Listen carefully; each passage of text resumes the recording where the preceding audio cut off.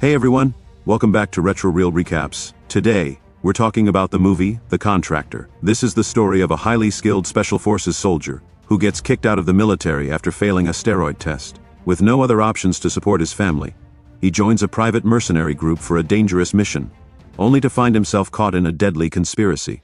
Now he must fight to survive and uncover the truth before it's too late. Let's get into the story. We meet Sergeant James Harper, a decorated Special Forces soldier. Early in the morning, he's doing rehab exercises to recover from a serious knee injury he got during his last mission. He puts on a knee support brace to help with the pain. He's working hard in rehab because he wants to stay in the Special Forces. He injects himself with a medicine that helps with his knee pain and recovery, not realizing it could show up in his blood tests. After his workout, he rides his bike back home. Inside, his wife, Gillian Harper, is waiting. James tells her he didn't want to wake her up, but she doesn't mind because she loves him. She asks how his training is going and sits on his lap. James hugs her, finding comfort in her arms. When James starts getting romantic, Brienne reminds him their son is awake. Soon, their son Jack comes in and shows his dad a drawing he made. It's clear James is a loving husband and a great father. Later, we see James cleaning the backyard with Jack helping him, while Brienne watches from the kitchen with a smile. Then, the family takes Jack to swimming lessons. Jack is a little scared, but James swims to the middle of the pool with Jack on his back. He then tells Jack to swim to him, which Jack does, making both of them happy. Brienne records the moment on her phone. Back at home, James looks worried as he checks messages and calls about unpaid bills. The day comes for James to get his rehab results. He goes to Fort Bragg and waits to see the new commanding officer and the medical panel. Before going in, he uses a lighter to burn loose threads on his uniform, a small thing soldiers do to look neat on important days. When it's his turn, he enters, salutes the new CO, Lieutenant Colonel Roberts, and waits for the decision. But to his shock, he's told he's being forced out of the military because he tested positive for steroids. He explains that he only took them for his knee injury and the pain. The board also mentions a problem with his lungs, but James argues that he's done 4 combat tours in 5 years with those same lungs, proving he's still fit. But the new CO says the decision is final. James is out of the military with no pension or medical benefits. He leaves the office in disbelief. As he walks out of the building, it's time for the flag retreat ceremony. When the bugle plays, James stops. But instead of saluting like the other soldiers, he puts his hand on his heart to show respect. At home, he tells his wife everything. He explains that the drugs in his system were for his knee. Before, the military didn't test for such things, but the new CO follows the rules strictly. Jack is there too, quietly listening to their conversation. The next day, James finds out that debt collectors have been calling. They offer a payment plan, but the interest is too high. He's not happy about it. He tells Brienne that private contracting pays well, but she reminds him he already promised not to go down that path. Late at night, James is up on the roof of his house trying to fix it. He's doing this to distract himself from his troubles. Brienne comes home and gives him sad news. His close friend Mason has died. She tells him she can't go to another funeral because she's already been to too many. She asks why he's fixing the roof in the middle of the night and if he's really okay. James says he is, but she doesn't believe him. She reminds him that Mason also told his wife he was fine. And look what happened. She admits she's scared. James tells her he's not like his father, but then we see a flashback. Younger James getting an American flag tattoo on his arm as a birthday gift from his dad, who was also a soldier. After the funeral, James stands by Mason's grave when his friend Mike joins him. Mike is also a former Special Forces soldier, and the three of them, James, Mike, and Mason, served together. They share some lighthearted memories of Mason. James asks how Mason died, but Mike doesn't give a clear answer. James is relieved to hear Mason's family will get the full payout. Before leaving, Mike tells James to visit his house before he moves away. Later that day, James goes to Mike's house. Mike's wife greets him, and inside, Mike's son and daughter are there too. James says hello to them. Mike's son is in a wheelchair because of a disability. They all play catch in the backyard. At dinner, Mike's son asks James who was the better soldier, his dad or James. James says Mike was his superior and taught him everything he knows, but he once saved Mike's life during a mission. James notices how well off Mike is now. Later, when they talk alone, James admits he needs work. Mike reveals that he now works for a private security company that operates under the cover of national security, the same company Mason worked for. Mike explains how much he gets paid and convinces James to join, saying he has the skills and needs the money. He tells James that private companies don't check blood tests. All that matters is completing the mission. James agrees. Mike takes him to a heavily guarded ranch to meet the team. There, Mike introduces James to Rusty Jennings, the man in charge. Rusty tells James not to call him sir, and is already looking through James's file. Rusty speaks bluntly. He says the military takes everything from soldiers and then abandons them with no support. Many soldiers end up feeling lost, angry, and betrayed. Rusty says he understands what James, and even Mason, went through. He even mentions that James's father probably felt the same way. But James doesn't want to talk about his dad and tells Rusty to drop it. Rusty then says the only thing soldiers have left is their reputation, which is why he runs this private company with ex-Special Forces and Marines. They still have their pride, and they protect it. Rusty tells James he could join a higher-paying private military group. But some of those jobs come with moral compromises. His company, on the other hand, does cleaner work, decent pay, meaningful missions, and direct authority from the US president. They handle national security threats, gather intelligence, and only take action when necessary. Then Rusty brings up a situation in Berlin, a serious threat to US security. Mike will lead the mission, and it's completely off the books. No official records, full black ops. Rusty hands James a $50,000 advance, and promises his wife and son will be taken care of while he's gone. James thinks about it for a moment, then agrees. That night, James comes home and wakes up his wife with a hug, telling her he got a job. Brienne is happy at first and asks what kind of job it is. But when James shows her the $50,000 check, she gets worried. James tells her he'll just be babysitting corporate clients and that it's not dangerous. Brienne isn't fooled. She knows he's lying. Upset, she turns her back to him. James hugs her from behind, kisses her shoulder, and says he only wants what's best for her and Jack. As he says this, he remembers a moment from his past, posing for a photo with his father after getting his American flag tattoo. The next morning, James rides his bike to the airport. He parks it, gears up, and boards a flight to Berlin.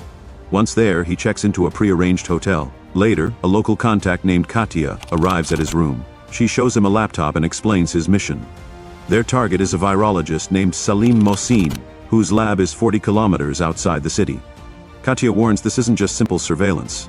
It's a high-risk operation involving potential bioterrorism. She gives him car keys, and James heads out to begin his work. James starts watching Salim closely, tracking his movements day and night. He records Salim entering his house using a gate code, observes animals being delivered to the lab for experiments. Then one day, Salim uses a payphone. James listens as the professor says his test results look promising but suspects there's a mole in his team. Salim warns the person on the phone that they could all be in danger. The next morning, James gets a message telling him to leave his post and go to a new safe house. There, he meets up with Mike and the rest of the team. Their gear has arrived, sealed and ready. Mike briefs the team. Their target, Salim, studies dangerous flu viruses. His research is funded by a charity linked to terrorist groups. They have the building layout from an insider, but there's a problem. They need a guard's fingerprint to open doors. The plan is simple: get in fast, grab Salim, question him, and escape through the woods. A German contact will be waiting to take them to an airfield where their plane will be ready. The team changes into black tactical gear and checks their mics using code names. They move out, getting dropped near the forest close to the facility. Quietly, they capture a guard and use his fingerprint to enter the building. Time is tight. They clear each room without resistance, find Salim and restrain him. During questioning, Salim denies any connection to bioterrorism.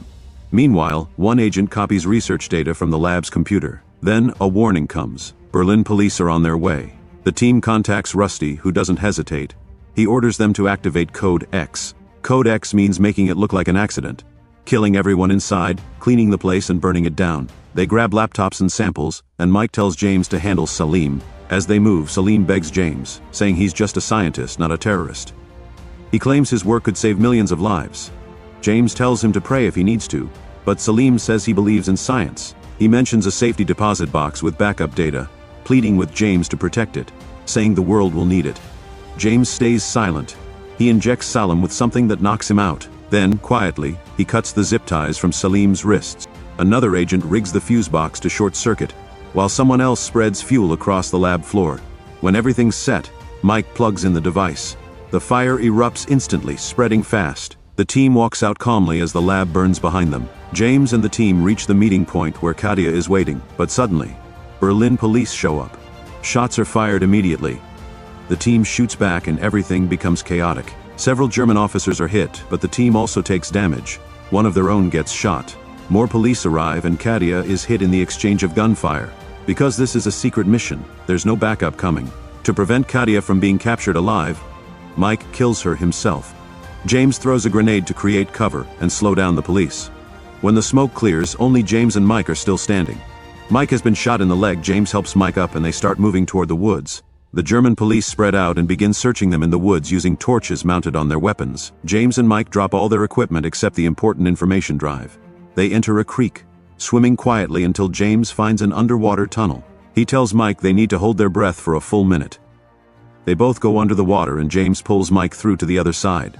When they come out, James checks Mike's wound. It looks serious. James says quietly that shooting police officers didn't feel right, but Mike says coldly they had no choice. Mike then tells James to leave him behind and complete the mission. He wants James to go back and tell his family what happened to him, but James refuses to abandon Mike. Right there, James sets up an emergency blood transfusion to help Mike. After several hours, Mike's condition stabilizes, but now James is having trouble walking. Giving blood has weakened him, and his old knee injury is acting up. He can't even stand properly. He hands the information drive to Mike, telling him to deliver it and promising to meet up later. Mike says he won't leave James, but James insists he just needs some time to recover and will catch up later. Mike agrees. He'll make the delivery in Berlin and wait at a hotel. James sets his watch for 48 hours. Alone in the tunnel, weak and exhausted, James sits down to rest. As he tries to recover, he remembers a moment from his past. Another memory with his father. He sees himself standing on a beach as a young boy. His father tells him something important. When he swims far out into the deep ocean, he keeps going until he starts wondering if he can make it back. This lesson taught James determination to never give up, no matter how hard things get. It shaped him into a strong, tough man even when he was still young. After resting in the tunnel, James treats his own injuries. Starving, he comes out, covers himself in mud as camouflage, and starts moving. He finds a hunter's car parked nearby, takes some food and clean clothes, and continues on his way. Finally reaching the hotel, the front desk tells him his friend already checked in and paid for a room. James enters carefully. The supplies are there, but Mike isn't. Searching the room, he finds a hidden note inside the TV remote that says "Contact made." "I'll be back at 10. The next morning, James calls the front desk asking if there are any messages for him. The receptionist says no. James is worried. Time is up and there's no sign of Mike, no updates, nothing. James goes outside and gets a disposable phone. He calls Rusty, saying he's hurt but okay. Then he asks the question bothering him most: did Mike make it? Rusty's answer shocks him. Mike never arrived in Berlin. James pauses, sensing something is very wrong. Rusty says a team is coming to pick James up from the hotel and take him to the airfield. James gives his current location. Rusty tells him to go to a nearby bridge for pickup in 20 minutes. A brown BMW arrives exactly as Rusty said, but James suddenly realizes something doesn't make sense. If Mike never made contact, who arranged this pickup? Things aren't adding up. He confronts Rusty directly. Rusty starts yelling and cursing. This reaction tells James everything he needs to know. The man he trusted is corrupt. James tries to leave the BMW pickup point, but it's too late. The team has already spotted him. Two motorcycles speed toward him, their riders shooting. The men from the BMW join the attack, turning the bridge into a battlefield. James jumps off the bridge into the river. Bullets hit the water around him as he swims. He manages to take down one of the bikers, grabs his weapon, and starts shooting back. But enemies are everywhere now. He runs into a tunnel leading to the sewer system, smashing every light bulb along the way to plunge the area into complete darkness. James stays hidden in the dark, waiting. The men chasing him enter the tunnel with their guns ready. James attacks first. The fight is violent, but James fights desperately like someone who has nothing left to lose. When the fighting stops, James is the only one still standing. James discovers one of the men who was hunting him used to be a U.S. Marine. The dying Marine tells him their original mission was just to pick up James and Mike, but orders changed. The ranch told them to kill both men instead. Mike had already been captured, which is why he never contacted James. The Marine thought he was protecting lives, not killing his own teammates. Before dying, he gives James the location of a safe house and a special code word, Tomahawk. He tells James to take his cell phone. Sending this code to the extraction team will make them stop chasing James, at least for some time. James feels shocked and furious about this betrayal. He comes out of the sewers breathing heavily and uses the subway to get to another part of the city. At a station, he cleans blood off his face. Hungry, tired, hurt, and without sleep, James goes to Professor Salim's house. He waits outside, then uses the gate code he had seen earlier to secretly enter. Inside, he hides his face and pretends to be a delivery man. When Salim's wife Sylvie opens the door, James quickly pushes his way in and whispers that he won't hurt her or her children. Something about James's serious expression makes Sylvie believe him. James asks about the important package Salim mentioned before dying. Sylvie says it's in a safe deposit box at Swiss Credit Bank. James convinces Sylvie and her son to come with him. Sylvie goes into the bank alone and returns with the package, a tablet computer. Using clues, James figures out the password and unlocks the tablet. James quickly parts ways with the family and calls the pickup number, giving the Tomahawk code. Later at night, an SUV stops near where James is hiding. James stays alert with his gun ready.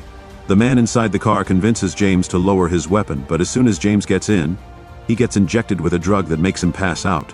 When James wakes up, he's in a safe house with medical equipment attached to him. He struggles to get free but can't. A man named Virgil tells him to relax. If he wanted to kill him, he would have done it already. James calms down and Virgil removes the restraints. Virgil explains how the ranch trains soldiers like James and other Marines, using them like chess pieces to do dirty jobs, killing enemies and sometimes each other, all while pretending it's for national security. James watches a video on the tablet that Salim made for his son. In the message, Salim says he knew his children would grow up brave, and that he dedicated his life to science. He was creating a vaccine that could save millions of lives, but knew big medicine companies would try to stop him because the vaccine would cost them billions in lost profits. Powerful people wanted to misuse his work. Salim's final gift to his son is the completed vaccine. It wouldn't stop all deaths from the virus, but would save many lives. His dream was for the vaccine to be free for everyone, even if he didn't live to see it. James's eyes fill with tears as he realizes his terrible mistake. He killed an innocent scientist who was trying to help people. While eating dinner, Virgil shares stories from his own time in the military. He was also a veteran. Suddenly, a sniper's bullet smashes through the window and hits Virgil in the head. James dives to the floor as the lights go out. Crawling in the dark, he checks Virgil's pulse. He's dead. James sees a gas cylinder and gets an idea. He lights a candle, turns on the gas, and blocks the bottom of the door with clothes. Outside, armed men rush toward the house. James escapes through an upstairs window. He climbs down a tree and steals Virgil's car, just before the gas explodes, blowing up the entire house, driving across the border into Poland without being stopped. Luckily, no security checks his vehicle. From Poland, he catches a flight back to the United States. He rides his motorcycle straight to Mike's house, ready to tell Mike's wife the truth about her husband's death, just like Mike had asked him to do back in the tunnel in Berlin. But when he arrives, he gets the shock of his life. Mike is alive, playing with his son inside the house. James feels completely betrayed, not just by Rusty, but by Mike too. James leaves quietly and hides in the woods nearby. He checks his weapons and prepares for what comes next. The next morning, he follows Mike's car to see what's really going on. Mike drives to a public parking garage and James follows him all the way up to the rooftop. As soon as James steps onto the roof, Mike suddenly attacks from the side, knocking James off his bike and pointing a gun at his chest. But when James takes off his helmet, Mike is surprised and relieved to see him alive. Still, Mike demands to know why James has been following him. James, furious, tells Mike to shoot him if he wants.